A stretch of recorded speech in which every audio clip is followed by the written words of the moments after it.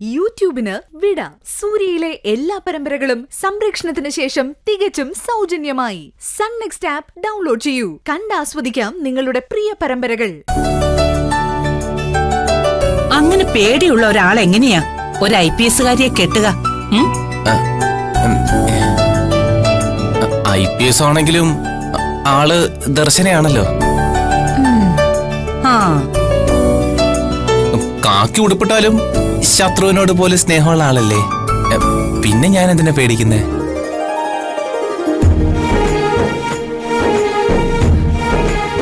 Madam കേറി കാണുന്നില്ലേ? അത്യാവശ്യത്തിനുള്ള പണമൊക്കെ ഞാൻ കെട്ടിവെച്ചിട്ടുണ്ട്. ഇനി വേണമെങ്കിൽ എത്ര വേണമെങ്കിലും കെട്ടിവെക്കുകയും ചെയ്യാം. എന്റെ കൺമുൻപിൽ നടന്ന ഈ സംഭവത്തിൽ ദർശനയാണ് പ്രതിയെന്ന് വിളിച്ചു പറഞ്ഞുകൊണ്ടിരിക്കുന്ന അവളെ ഞാൻ ചെന്ന് കാണുമെന്ന് പറയുന്ന എന്തിനാ? ദർശന, നീ വരുന്നുണ്ടെങ്കി വാ. ഗിരിജ മാഡം എന്റെ പേര് പറഞ്ഞ സ്ഥിതിക്ക് പോലീസ് വരുമ്പോ ഞാൻ ഇവിടെ കാണണം. അതൊക്കെ SP പോത്തനെ ഞാൻ വിളിച്ചു പറഞ്ഞിട്ടുണ്ട്. വാ.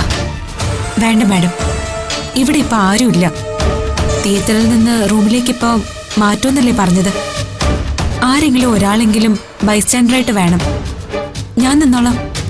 പവിത്രൻ സാറോ ശ്രേയോ വന്നിട്ട് ഞാനങ്ങ് വന്നോളാം. മോനെ വാ. ചോട്ട് വരുന്നില്ലേ? അഞ്ജു മോള് പോയിക്കോ. പോയിക്കോ. പോ. വാ.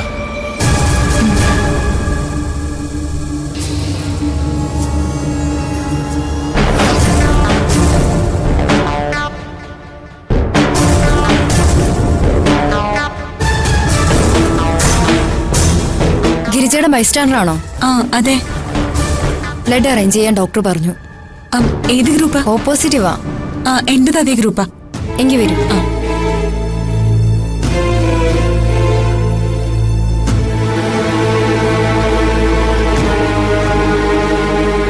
കുറച്ചു നേരം ഇവിടെ ഇരുന്നിട്ട് പോയാ മതി. ചിലർക്ക് ബ്ലഡ് കൊടുത്താ തല ചുറ്റുന്നത് പോലെ തോന്നും. അതുകൊണ്ടാ പറയുന്നേ. അങ്ങനെ പെട്ടെന്ന് തല ചുറ്റുന്ന ഇനമൊന്നും അല്ല സിസ്റ്ററെ. ഇത് ഒരു നിയോഗമാ. എന്നെ കൊല്ലം നടക്കുന്നവരെ ഞാൻ തന്നെ ഹോസ്പിറ്റലിൽ എത്തിക്കുക. എന്റെ അവരുടെയും ബ്ലഡ് ഗ്രൂപ്പ് ഒന്നാവുക. അവർക്ക് ഞാൻ ബ്ലഡ് കൊടുക്കേണ്ടി വരിക. I must take it as A privilege. എന്റെ അവരുടെയും ബ്ലഡ് ഗ്രൂപ്പ് ഒന്നാവുക. അവർക്ക് ഞാൻ ബ്ലഡ് കൊടുക്കേണ്ടി വരിക. I must take it as A privilege. എന്താ അങ്ങനെ പറഞ്ഞത്? എന്റെ അച്ഛനും അമ്മയും ഒരു ആക്സിഡന്റിലാണ് മരിച്ചത്. അവരെ സമയത്ത് രക്ഷിക്കാനോ മരിക്കുന്നതിന് മുൻപ് അവസാനമായിട്ടൊന്ന് കാണാനോ എനിക്ക് ഭാഗ്യമുണ്ടായില്ല. ഇത് കണ്ടില്ലേ, കൺമുൻപിൽ എന്നെ കണ്ട അപ്പ വഴക്കിനോ തല്ലാനോ വരുന്ന ആളാ. ഇത് കണ്ടില്ലേ, രക്തം വാർന്ന് ബോധമില്ലാതെ കിടക്കുന്നത്. ഇവർക്കെങ്കിലും എന്റെ ബ്ലഡ് ഉപകാരപ്പെട്ടില്ലേ? അപ്പോ ഇവര് നിങ്ങളുടെ റിലേറ്റീവ് അല്ലേ? അല്ല. അമ്മേ, അമ്മേ കണ്ണു നോക്കമ്മേ. Excuse me. അതെ, ഇവിടെ ഇങ്ങനെ ബഹളം വെക്കാൻ പറ്റില്ല. നീ എന്താണ് എന്റെ അമ്മ ചെയ്തത്? ഓ, ശരിയായ വാർത്ത എത്തുന്നതിന് മുൻപ് വ്യാജ വാർത്ത എത്തിയോ? ശരിയായ കാര്യം അറിഞ്ഞിട്ട് എന്നെയാടി വന്നത്. എന്റെ അമ്മയ്ക്ക് എന്തെങ്കിലും സംഭവിച്ചാലുണ്ടല്ലോ നിന്നെ ഞാൻ വെറുതെ വിടില്ല. പേഷ്യന്റിന്റെ മോളാണോ നിങ്ങൾ? എന്നിട്ടാണോ ബ്ലഡ് ഡോണറോട് ഇത്ര മോശമായിട്ട് പെരുമാറുന്നേ? ഇവൾ അതും ചെയ്യും, അതിനപ്പുറവും ചെയ്യും. എന്റെ അമ്മയെ കുത്തി കൊല്ലാൻ ശ്രമിച്ചവളുടെ ബ്ലഡ് നിങ്ങൾ എന്തിനാ സ്വീകരിച്ചത്? എന്റെ അമ്മയ്ക്ക് ആവശ്യമുള്ള ബ്ലഡ് ഞാൻ തരുമായിരുന്നല്ലോ. ആവശ്യമുള്ളപ്പോ ചോദിക്കാം, അപ്പൊ കൊടുത്താ മതി. സിസ്റ്ററെ, ഞാൻ പോവാ. ആരും ഇല്ലാത്തത് കൊണ്ടാ ഞാൻ നിന്നത്. പേഷ്യന്റിന്റെ മോള് വന്ന സ്ഥിതിക്ക് ഇനി ഞാൻ ഇവിടെ നിൽക്കേണ്ട കാര്യമില്ല. ഞാൻ ഇറങ്ങട്ടെ. സിസ്റ്ററെ, അമ്മയ്ക്കിപ്പോ എങ്ങനെയുണ്ട്? എമർജൻസി സിറ്റുവേഷൻ കഴിഞ്ഞോ? അതൊക്കെ ഡോക്ടറോട് ചോദിച്ചാ മതി.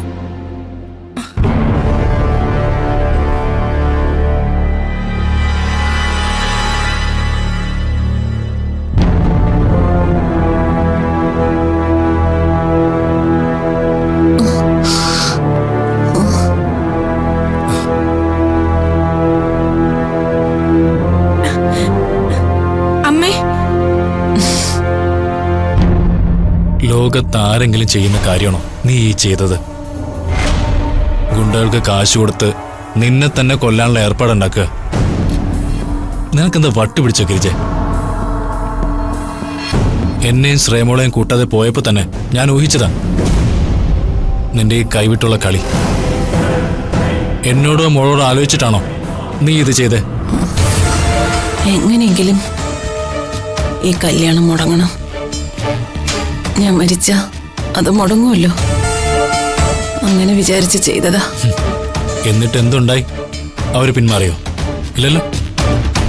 തകൃതി പിടിച്ച് അവിടെ വാക്കുറപ്പിക്കലും നിശ്ചയം ഒക്കെ നടക്കാൻ പോവുക. അമ്മ അന്ന് ജയിലിൽ പോയപ്പോ ഒരു സദാചാര കല്യാണം നടത്താൻ നോക്കിയില്ലേ ആ യതി കൊതിയനങ്ങള്? അമ്മയെ അവിടുന്ന് തൽക്കാലം മാറ്റി നിർത്തുക, അതാ അവരുടെ ഉദ്ദേശം. അന്ന് വീണയെ കൊണ്ട് ഒരു സദാചാര കല്യാണം നടത്തിക്കാൻ നോക്കി. നാളെ ദർശനയുമായിട്ട് രൂപേഷ് ചേട്ടന്റെ വിവാഹ നിശ്ചയം. അമ്മ ഇവിടെ ആശുപത്രിയിലും. അമ്മയെ മാറ്റി നിർത്തുക എന്ന് മാത്രം അവരുടെ ഉദ്ദേശം. അത് നടന്നു. ആരാ നിന്നോട് അങ്ങനെ പറഞ്ഞത്? ഞാൻ ഗുണ്ടകളെ ഏർപ്പെടുത്തിയത് ദർശനെ കൊല്ലാനല്ല. ഒരുമിച്ച് ജീവിച്ചു തുടങ്ങുമ്പോഴാണ് മനസ്സിലാവുന്നത് എല്ലാം വെറും ചീട്ട് കൊട്ടാരമാണെന്ന്. A to Z മനസ്സിലാക്കിയെന്നൊക്കെ തോന്നും. ഒരു കെട്ടുതാലി കഴുത്തി വീണ് ആദ്യത്തെ നിറം പിടിച്ച ദിവസങ്ങൾ കഴിയുമ്പോഴാണ് ചില തിരിച്ചറിവുകൾ ഉണ്ടാവുന്നത്. എന്റെ ജീവിതം നിന്റെ മുമ്പിലില്ലേ? ഉണ്ണിയമ്മാവ, ആദ്യം മുതലേ പലതും വിട്ടുകൊടുത്തതുകൊണ്ടാ അമ്മായിയുടെ മുന്നില് അനുസരണയോടെ വിധേയനായി നിന്നു കൊടുത്തതുകൊണ്ടും. ഞാനൊരിക്കലും അങ്ങനെയല്ലല്ലോ. സുമംഗല മാഡം, മുത്തശ്ശി, രൂപേഷ് ചേട്ടൻ ഇവരൊക്കെ എത്ര കാലം ഏതെല്ലാം രീതിയിൽ എന്നെ കമ്പൽ ചെയ്തു. ഇടം വലം തിരിയാൻ സമ്മതിക്കാതെ രൂപേഷ് ചേട്ടൻ എന്റെ പിന്നാലെ നടന്ന് ശല്യപ്പെടുത്തി. ഇല്ല, വേണ്ട എന്നൊക്കെ തന്നെയായിരുന്നു എന്റെ നിലപാട്. അതിന്റെ പേരിൽ രൂപേഷ് ചേട്ടനോടും മാഡത്തോടും, എന്തിന് മുത്തശ്ശിയോട് പോലും ഞാൻ വഴക്കിട്ടു. പല പ്രാവശ്യം അവരൊക്കെ എന്നോട് പിണങ്ങി. ഒടുവിൽ രൂപേഷ് ചേട്ടൻ ആത്മഹത്യ ചെയ്യാൻ വരെ ഒരുങ്ങിയതാ. എന്റെ മൊബൈലില് ഇപ്പോഴും കിടപ്പുണ്ട് ആ മെസ്സേജ്. അത് നടക്കാതെ വന്നപ്പോ കാവി ഉടുപ്പിട്ട് സന്യസിക്കാൻ പോയി. ഒരുപക്ഷെ അതൊക്കെ എന്നെ വശത്താക്കാൻ കാണിച്ച അഭിനയമായിരിക്കാം. എന്റെ നകുലിനെ അന്ന് ഹോസ്പിറ്റലിൽ എത്തിച്ചത് രൂപേഷ് ചേട്ടനാണെന്ന് അറിഞ്ഞ ആ നിമിഷം എന്റെ എല്ലാ നിയന്ത്രണവും വിട്ടു.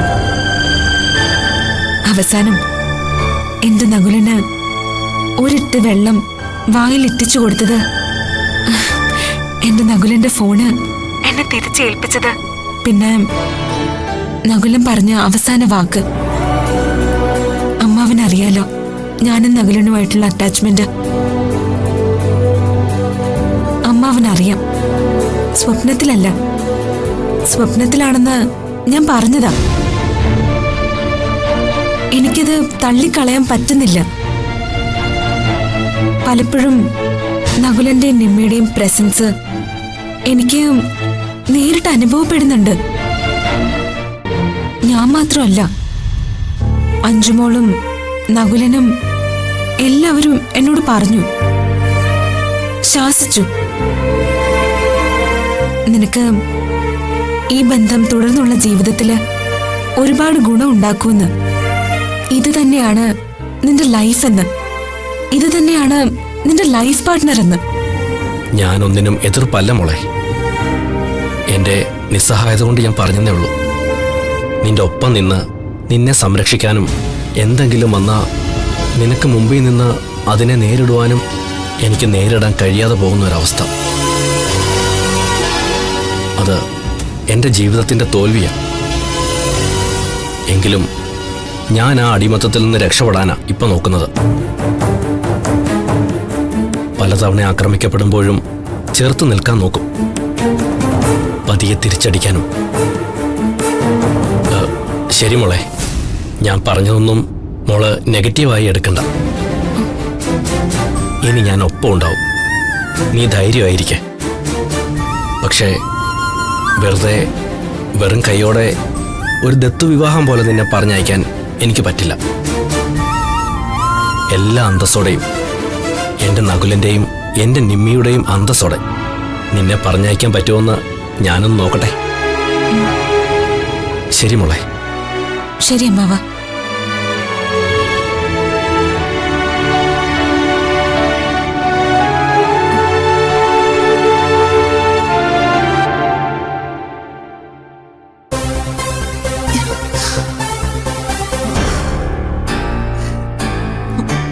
പറയുമ്പോ വെറും ഒരു കുത്ത്, 6 or 7 സ്റ്റിച്ച്. രൂപ 40,000 തിയേറ്റർ ബില്ലെന്ന രീതിയിൽ അവന്മാർ എഴുതി എടുത്തിരിക്കുന്നത്. 2 ദിവസത്തെ റൂം റെന്റ്, 4 കുപ്പി ബ്ലഡ്, മെഡിസിൻ, കുന്തം കൊടച്ചക്രം, എല്ലാം കൂടി 67,000 രൂപയാ നിന്റെ ഈ എടുത്തുചാട്ടം കൊണ്ട് തൊലഞ്ഞു കിട്ടിയത്. എന്താ അച്ഛ ഇത്? ആ കുത്തിന് അമ്മയ്ക്ക് എന്തെങ്കിലും സംഭവിച്ചിരുന്നെങ്കിലോ? അയ്യോ, സംഭവിക്കില്ലല്ലോ. ഈ വട്ടം വരച്ച് മാർക്കിട്ട് വെടിവെക്കുന്നൊരു പരിപാടിയില്ലേ, ബലൂണിലൊക്കെ. മോൾ എക്സിബിഷനിലൊക്കെ അത് കണ്ടിട്ടില്ലേ? അതുപോലെ എവിടെ കുത്തണം, എങ്ങനെ കുത്തണം എന്നൊക്കെ ഗുണ്ടകൾക്ക് ക്ലാസ് എടുത്തിട്ടാ ഇവളത് ചെയ്യിപ്പിച്ചത്. എന്നിട്ട് ദർശന അകത്താവുന്ന നീ പറഞ്ഞു. ദർശന അകത്തേക്കല്ല, മണിയറയിലേക്കാ കയറാൻ പോകുന്നത്. നിന്റെ കാര്യോ? ഇനി 3-4 ദിവസം അനങ്ങാതങ്ങ് കിടക്കണ്ടേ? എന്ത് ചെയ്യും? കട്ടക്ക് നിന്ന് പോരടിക്കാൻ അവിടെ ഇനി ആരുണ്ട്? മോളെ, നീ സാധനങ്ങളൊക്കെ എടുത്തു നോക്കി, മെഡിസിൻ കൂടെ അങ്ങ് വാങ്ങിട്ട് വരാം. അത് മാത്രമല്ല, വീൽ ചെയർ വേണ്ടേ? അതുവരെ നടക്കാൻ പറ്റില്ലല്ലോ. ആ വേണം. മരുവത്തൂരിൽ വീൽ ചെയറിൽ ചെന്ന് വേണം എനിക്ക് ഇറങ്ങാൻ. വീൽ ചെയറിനൊരു പ്രത്യേകതയുണ്ട്, അത് തള്ളാനൊരാള് വേണം. ആ ദർശനയെ കൊണ്ട് ഞാൻ ആ വീൽ ചെയർ തള്ളിക്കും.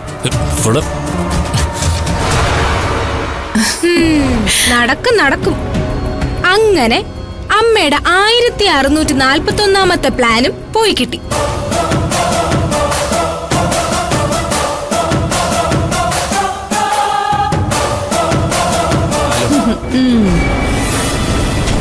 ഇവിടെ ഇയാളെ ഇങ്ങനെ പിടിച്ചിരുത്തിയ നമുക്കെന്ത് പ്രയോജനമുള്ളത്? മറിച്ച് 1,00,000 രൂപ നമുക്ക് കിട്ടും. ഇയാള് പോയി നിശ്ചയം നടത്തട്ടെ, അവള് തരും. നിശ്ചയത്തിന് ആളെ കിട്ടാൻ വേണ്ടി മാത്രമല്ല, അവൾക്ക് ഇങ്ങനെ അത്രയ്ക്ക് ഇഷ്ടമാ. ആ ഇഷ്ടം നമ്മളങ്ങ് മുതലെടുക്കും. ഈ തല നമ്മളങ്ങ് വിൽക്കും. വിട, അച്ഛന്റെ തലയെ പിടിച്ച് അരിയാട്ടി പഠിക്കുന്നതാ തെമ്മാടി. നിന്നെ ഞാൻ നടക്കില്ലടാ. എന്നെ വിറ്റ് നീയൊന്നും അങ്ങനെ കാശുണ്ടാക്കണ്ട. അങ്ങനെ പറയാതെ എൻ്റെ തന്തപ്പടി. നിങ്ങൾ അവളെ വിളിച്ച് പറയും, ഞാൻ പറയിപ്പിക്കും. ഇല്ലടാ, ഞാൻ പറയില്ല. എന്നെ കൊന്നാലും ഞാൻ പറയില്ല.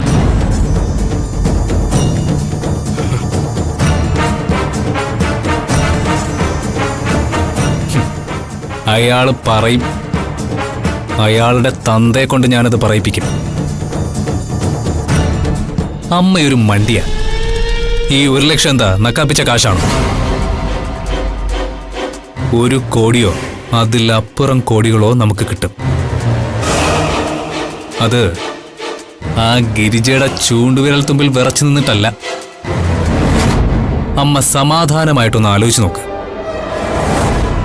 ആ ഗിരിജയുടെ കൂടെ നിന്നാ നമുക്ക് കിട്ടുന്നതിനേക്കാൾ 10 മടങ്ങ് ഇവിടെ നിന്ന് കിട്ടും. ബുദ്ധിപൂർവം നമ്മളൊന്ന് ചുവട് മാറ്റി കളിച്ച. മനസ്സിലായില്ലേ? ഇപ്പൊ അച്ഛൻ വരണമെങ്കിൽ 1,00,000 ചോദിക്കുന്നു. നമുക്കത് കിട്ടുകയും ചെയ്യും. അതുപോലെ നമ്മൾ അവളുടെ ആ ദർശനയുടെ കൂടെ നിൽക്കും. ഗിരിജയുടെ കൂടെ നിന്ന ചില്ലറക്കാശും ജയിൽവാസവും കിട്ടും.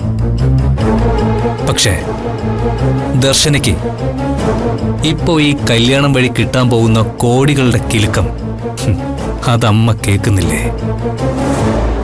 ഞാൻ കേൾക്കുന്നുണ്ട്. അതിന്റെ ഒരു പങ്ക് നമുക്കും കൂടി കിട്ടിയ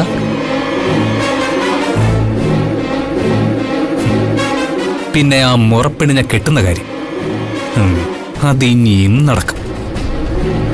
അവളല്ല, അവളുടെ അനിയത്തി. ആ പൊട്ടിപ്പെണ്ണിനെ കെട്ടിയാലും കിട്ടും കോടികൾ. അവളെ വേറെ ആര് കെട്ടാൻ? ഞാൻ കെട്ടിക്കോളാം. ഇപ്പോഴല്ല, സ്വത്തുക്കളെല്ലാം ദർശനയുടെ അധികാരത്തിൽ എത്തിയ ശേഷം. അവളുടെ മനസ്സിലപ്പോ അനിയത്തിയെ എങ്ങനെ ഒഴിവാക്കണമെന്ന ചിന്തയാവും. അത് നമ്മൾ മുതലെടുക്കും. അവളാവുമ്പോഴുള്ള ഒരു നേട്ടം, വായടക്കി വീട്ടിലിരുന്നോളും. അമ്മായി അമ്മയോട് പോരിനും വരില്ല.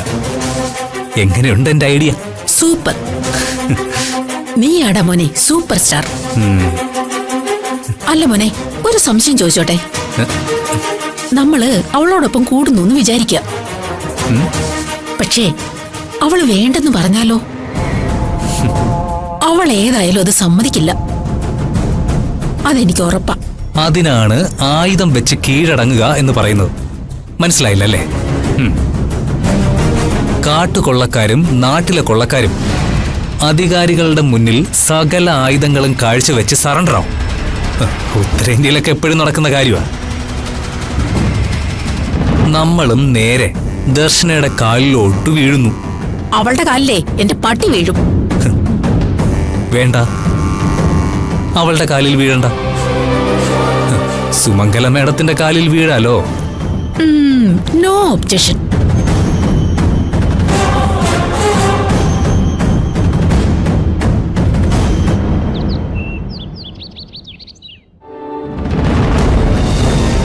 എന്തായാലും വാക്കുറപ്പിച്ചു കഴിഞ്ഞു.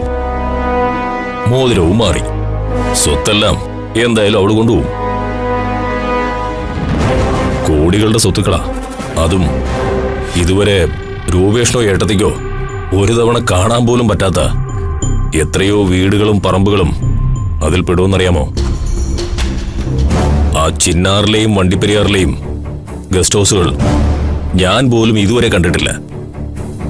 ടൂറിസ്റ്റ് പ്ലേസുകളിൽ റിസോർട്ട് തുടങ്ങാൻ വേണ്ടി വിശ്വേട്ടൻ വാങ്ങിക്കൂട്ടിയ നല്ല കണ്ണായ പ്ലോട്ടുകളാ അതെല്ലാം. ഇപ്പൊ അവിടൊക്കെ എന്ത് മാർക്കറ്റ് വാല്യൂ ഉണ്ടെന്നറിയോ? ഇവിടെ നിന്നോ വന്ന ആ അനാഥ പെണ്ണ് എല്ലാം കൊണ്ടുപോകും. നാണില്ലല്ലോ നിങ്ങൾക്ക് ഇങ്ങനെ പറയാൻ. അനാഥ പെണ്ണ് കൊണ്ടുപോകും പോലും. പലയിടത്തും വസ്തുക്കൾ കണ്ടിട്ട് പോലും ഇല്ലത്രേ. ഇത്രയും നാള് പിന്നെ ഇവിടെ എന്ത് പറക്കിക്കൊണ്ടിരിക്കുവായിരുന്നു? ഈ ടൂറിസ്റ്റ് സെന്ററിലൊക്കെ ഉണക്ക പച്ചരി ഉണ്ടെന്ന് പറഞ്ഞ് ഞെളിയാതെ ഒരു ടൂറിനെങ്കിലും നിങ്ങൾക്ക് കൊണ്ടുപോയിരുന്നില്ലേ? അതൊക്കെ ഇപ്പൊ നാട്ടുകാർ സ്വന്തമാക്കി കാണും. അനാഥ പെണ്ണ് കൊണ്ടുപോകും പോലും. അപ്പൊ നാട്ടുകാർ കൊണ്ടുപോയതിലൊന്നും ഏട്ടത്തിക്ക് സങ്കടമില്ലല്ലേ? അതൊന്നും ആരും കൊണ്ടുപോയിട്ടില്ല.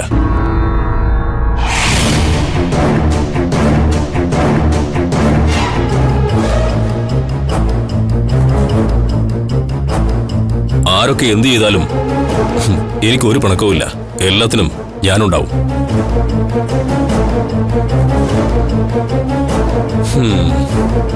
നീ വാ.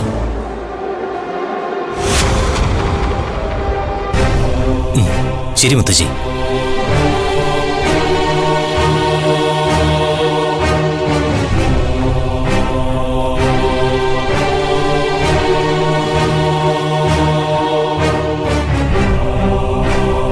ഈ ഓലപ്പാമ്പുകളെ ഒന്നും നീ പേടിക്കണ്ട.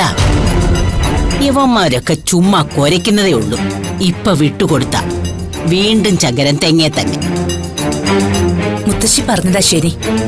ഇനിയിപ്പോ ഞാനും അങ്ങനെ മാറി നിൽക്കില്ല. എന്തു വന്നാലും മുത്തശ്ശിയുടെ കൂടെ ഞാനും ഉണ്ട്.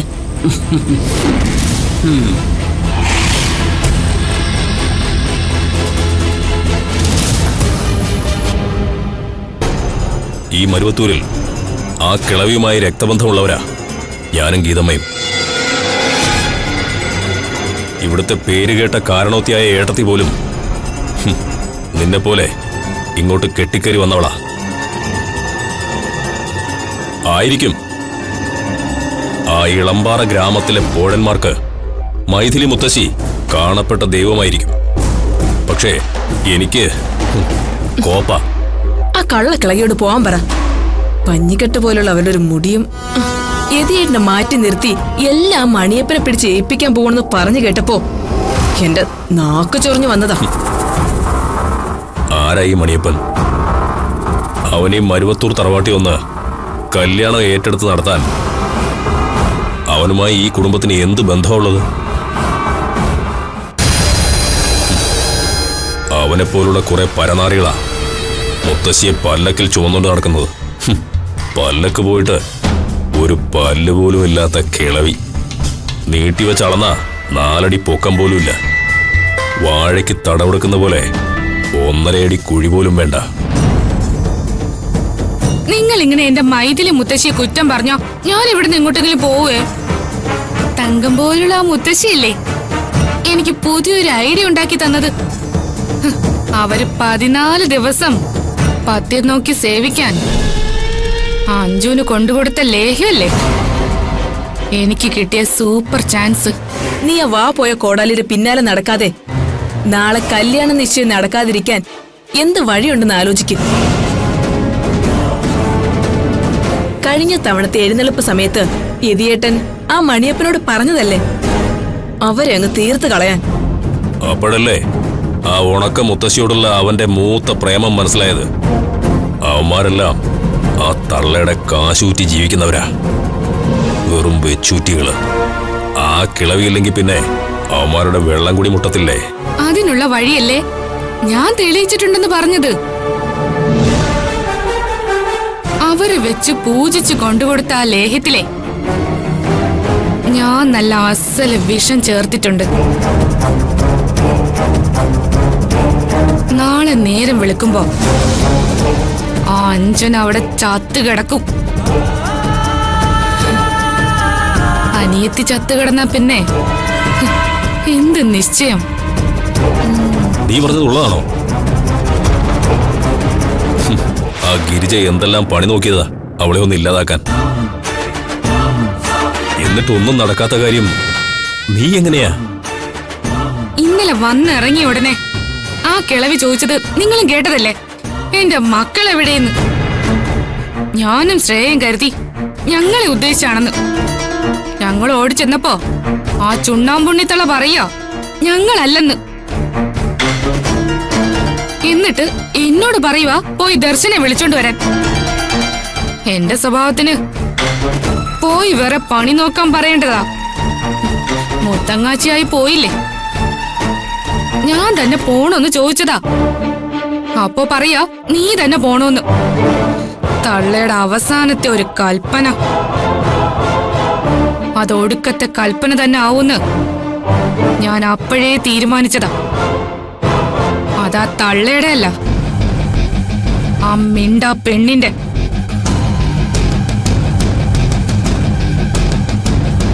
മുത്തശ്ശി വിളിക്കുന്നു പറഞ്ഞതേ ഉള്ളൂ. അമ്മാവനെ നിങ്ങൾ ഇപ്പോഴും ഉപദ്രവിച്ചുകൊണ്ടിരിക്കല്ലേ? ഒന്നുമില്ലെങ്കിലും നിങ്ങളെ താലി കെട്ടിയ ഭർത്താവല്ലേ? ബഹുമാനിക്കണ്ട, സ്നേഹിക്കാൻ വേണ്ട, സങ്കടപ്പെടുത്താതെങ്കിലും ഇരുന്നൂടെ? ഇല്ല മോളെ, ഞാൻ എല്ലാം നിർത്തി. ഇപ്പോ ഞങ്ങൾ നല്ല സ്നേഹത്തിലാ. അതല്ലേ നിശ്ചയത്തിനായാലും കല്യാണത്തിനായാലും നിന്റെ കൂടെ നിന്ന് എല്ലാം നടത്തി തരാന്ന് പറഞ്ഞപ്പോ ഞാനൊന്നും എതിര് പറയാതിരുന്നത്. ഇപ്പൊ തന്നെ ഇവിടെ വന്ന് മാഡത്തിനോടും നിന്നോടും ചെയ്ത തെറ്റുകൾക്കൊക്കെ ക്ഷമ ചോദിക്കണോന്ന് പറഞ്ഞ് ഇങ്ങോട്ട് പറഞ്ഞയച്ചത് പോലും അങ്ങേരല്ലേ? തരുൺ മോനും വന്നിട്ടുണ്ട്. അവനെന്തോ മാഡത്തിന്റെ മുന്നിൽ വരാനൊരു മടി. നീ എന്താ അവനെ കുറിച്ച് ഇവിടെ പറഞ്ഞിരിക്കുന്നെന്ന് അവൻ അറിയില്ലല്ലോ. എല്ലാം പറഞ്ഞിട്ടുണ്ട്. എന്റെ അമ്മയുടെ പേരിലുള്ള ഞങ്ങളുടെ വീട്ടിൽ നിന്നും എന്നെയും അഞ്ജുനെയും ഇറക്കി വിട്ടതു മുതൽ ഇൻഷുറൻസ് തുക തട്ടിയെടുക്കാൻ നോക്കിയത് ഉൾപ്പെടെ എല്ലാം പറഞ്ഞിട്ടുണ്ട്. നിങ്ങൾ എന്നോട് ചെയ്തതെല്ലാം എണ്ണി എണ്ണി പറഞ്ഞിട്ടുണ്ട്. അതുകൊണ്ട് നിങ്ങൾ എത്ര നല്ല അമ്മായി ചമഞ്ഞാലും എത്ര കാല് പിടിച്ചാലും അത് മാഡം വിശ്വസിക്കില്ല. അയ്യോ മാഡം, അങ്ങനെ പറയല്ലേ. ഞാൻ ആദ്യമേ മാഡത്തോട് എല്ലാം ഏറ്റുപറഞ്ഞ് കാല് പിടിച്ചതല്ലേ. പിന്നെ ഇവൾ ഈ വീട്ടിൽ വന്ന് കേറിയ പിന്നെ ഇവൾക്ക് ഐശ്വര്യല്ലേ ഉണ്ടായിട്ടുള്ളൂ. ഇപ്പൊ തന്നെ ഈ കല്യാണം ഇവളെ പോലെ ഒരു അനാഥ പെണ്ണിന് സ്വപ്നം കാണാൻ പറ്റുന്ന ബന്ധമാണോ? ഇവളെ പഠിപ്പിച്ചേ ഒരു IPS ആക്കണമെന്നായിരുന്നു ഇവളുടെ അച്ഛന്റെ ആഗ്രഹം. അതിനുവേണ്ടി കല്യാണം പോലും വേണ്ടാന്ന് പറഞ്ഞോണ്ടാ. അല്ലെങ്കിൽ ഞാൻ എന്റെ മോനെ കൊണ്ട് തന്നെ ഇവളെ കെട്ടിച്ചേനെ. അയ്യടാ, കെട്ടാനെങ്കി വാ, ഞാൻ കഴുത്ത് നീട്ടി തൊഴുത് നിന്ന് തരാം. ഇതുപോലൊരു തെമ്മാടി ക്രിമിനൽ ഈ നാട്ടിൽ കാണത്തില്ല. മയക്കുമരുന്നും വെള്ളവടിയും നാട്ടിൽ മുഴുവൻ തല്ലുണ്ടാക്കലും അല്ലേ അവന്റെ തൊഴില്. എവിടെ അവൻ? പുറത്തുണ്ടോ? നാണമില്ലല്ലോ അവനെ വിളിച്ചോണ്ട് ഇങ്ങോട്ട് വരാൻ. അല്ല മാഡം, ഇത്രയൊക്കെ ദ്രോഹം ചെയ്തിട്ടും ഉണ്ണിയമ്മാവിന് ഈ സ്ത്രീയെ എന്ത് ഇഷ്ടമാണെന്ന് അറിയോ? എത്ര തവണ ഞാൻ വിളിച്ചതാ എന്റെ കൂടെ വന്ന് താമസിക്കാൻ. അതിനെന്താ, ഇപ്പൊ അതൊരു കല്യാണ വീടല്ലേ. ആളും പേരും ഒക്കെ എപ്പോഴും വരുന്ന വീടല്ലേ. അവർക്ക് കാപ്പിയിട്ട് കൊടുക്കാനും സ്വീകരിക്കാനും ഒക്കെ അവിടെ ആള് വേണ്ടേ? ആ, അങ്ങനെ വരട്ടെ. ഒരുപാട് മേലോട്ട് കേറണ്ട. ചുള്ളിക്കമ്പ ഒടിഞ്ഞു താഴെ വീഴും. എന്റെ വീടിന്റെ പടി ഞാൻ ചവിട്ടിക്കില്ല. പോട്ട് ദർശന, ഒന്നുമില്ലേലും ദർശനയുടെ അമ്മായിയല്ലേ. ദർശന തന്നെ പറഞ്ഞില്ലേ അമ്മാവൻ ഇപ്പോഴും ഇവരെ ഇഷ്ടമാണെന്ന്. ഇവരെ കൂടെ നിർത്തണമെന്നില്ല, പക്ഷേ ഇവർ കല്യാണത്തിന് വരട്ടെ.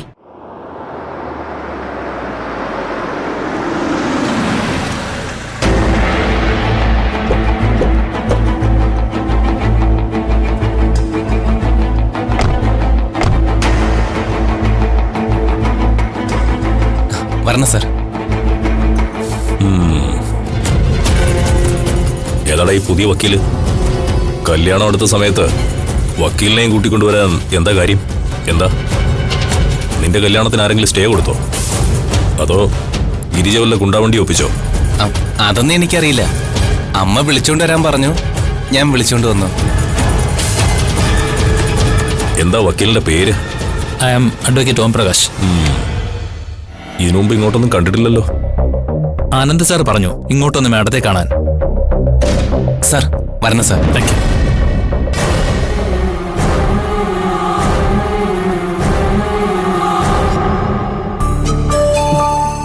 ആ, വക്കീലിരിക്ക. മോനെ, മോൻ പോയി ദർശനോട് ഇങ്ങോട്ട് വരാൻ പറ.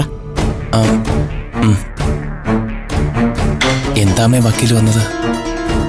എന്തേലും കേസോ മറ്റോ ഉണ്ടോ? ഗിരിജാന്റെ കുഴപ്പമെല്ലാം ഉണ്ടാക്കിയോ? ചെറിയച്ഛനൊക്കെ ഓരോന്ന് ചോദിക്കുന്നു. തൽക്കാലം മോൻ ആരോടും ഒന്നും പറയണ്ട. പറഞ്ഞത് ചെയ്യ. പോയി ദർശനെ കൂട്ടിക്കൊണ്ടു വന്നു. ശരി. വക്കീലെ, പറഞ്ഞതുപോലെ ഡ്രാഫ്റ്റ് തയ്യാറാക്കിയിട്ടുണ്ടോ? ഉണ്ട് മാഡം. എനിക്ക് പരിചയമുള്ള ഒരു ഡോക്യുമെന്റ് റൈറ്റർ ഉണ്ട്. ഡ്രാഫ്റ്റ് ഞാൻ റെഡിയാക്കിയിട്ടുണ്ട്. ഇതുപോലെ മതിയെങ്കിൽ നമ്മൾ സമയത്ത് രജിസ്റ്റർ ഓഫീസിൽ എത്തിച്ചാൽ മതി. അപ്പൊ എടുക്കാം.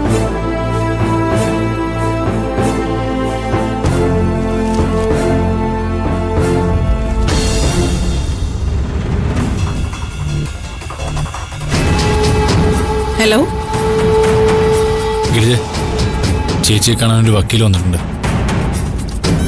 ഇതിനു മുമ്പ് കണ്ടിട്ടില്ല. എന്തൊക്കെയൊരു ദുരൂഹത പോലെ. ഞാൻ അന്ന് പറഞ്ഞപ്പോഴേ നിങ്ങളെല്ലാം കൂടി എന്നോട് ചാടിക്കടിക്കാൻ വന്നു. ഞാൻ പറഞ്ഞില്ലേ സ്വത്ത് വേണ്ടാന്നും പണം വേണ്ടാന്നും ഒക്കെ പറഞ്ഞത് ദർശനയുടെ അടവാണെന്ന്.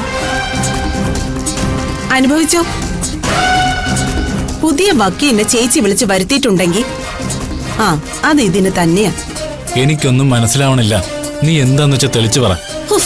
ഞാൻ അവിടെ ഇല്ലാതായി പോയല്ലോ. എന്റെ മനുഷ്യ, അവളൊന്നും വേണ്ടെന്ന് പറയുന്നതേ കൂടുതൽ ബാർഗെയിൻ ചെയ്യാനാ. കല്യാണം ഉറപ്പിച്ചെന്ന് ബോധ്യായപ്പോഴേ അവൾ അവളുടെ തനി സ്വഭാവം കാണിക്കുന്നതാ. ഇപ്പൊ വല്ലതും മനസ്സിലായോ? ഉള്ള സ്വത്തെല്ലാം അവളുടെ പേരിലോട്ട് മാറ്റാൻ അവര് വക്കീലിനെ വിളിപ്പിച്ചതാ. പഴയ വക്കീല് വന്ന നമ്മൾ അറിയും, പ്രശ്നം ഉണ്ടാവും.